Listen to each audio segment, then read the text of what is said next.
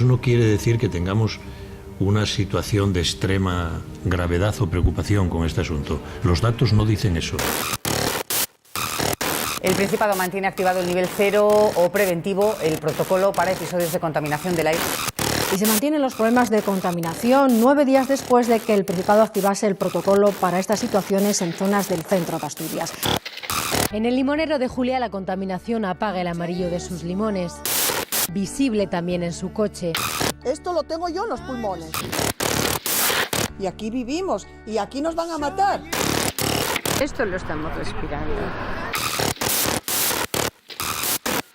A nivel global, ArcelorMittal tuvo un beneficio neto de más de 4.500 millones de euros en 2018. Ganó casi un 13% más que el año anterior.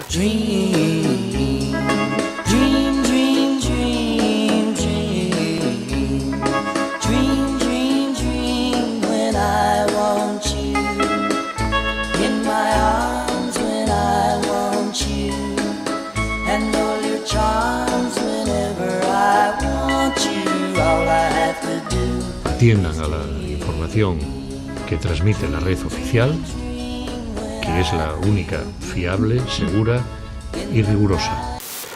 Los jóvenes de las redes Sison Oeste llenaron en la madrugada del domingo el barrio de la Calzada de mascarillas y mensajes para alertar del peligro de los altos índices de contaminación. Denuncian que Asturias tiene una de las tasas de cáncer de pulmón más altas de España.